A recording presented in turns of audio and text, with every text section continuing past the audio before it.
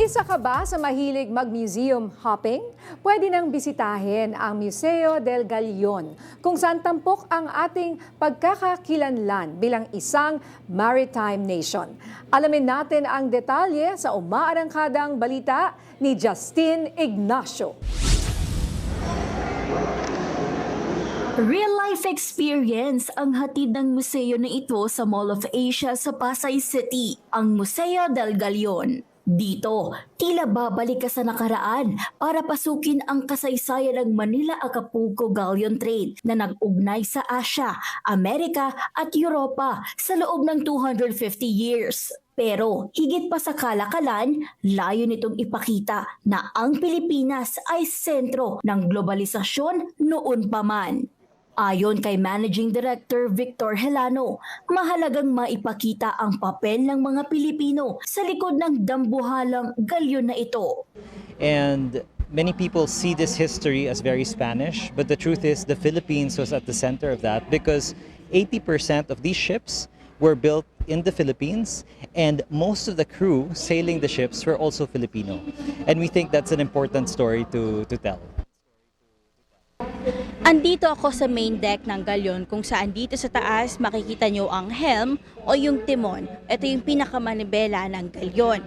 Kung mapapansin nyo rin ay may nakapaikot na LED screen dito na naka-flash yung night sky, yung mga stars.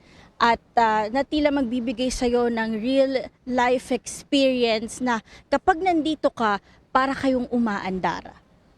Pero alam nyo ba na 176 sa 181 na naitalang galyon sa kasaysayan ay binuo sa mga shipyard sa Cavite at Bagataw gamit ang ating mga native hardwood gaya ng Nara at Molave. Sa ikalawang palapag ng galyon o ang gun decks, mayroong mga interactive display kiosk. Ituturo sa iyo nito kung paano gamitin ang kompas na nagsisilbing GPS nila noon. Maituturo rin kung paano bumuo ng galyon.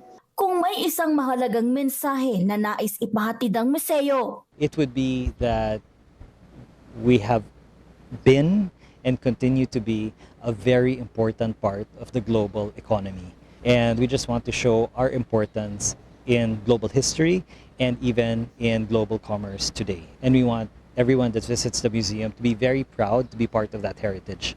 675 pesos ang entrance fee ticket para sa mga adult, habang may special rate sila na 275 pesos para sa mga public school students at teachers. Ako, si Justin Ignacio ng PRTV News, nagseserbisyo para sa Pilipino.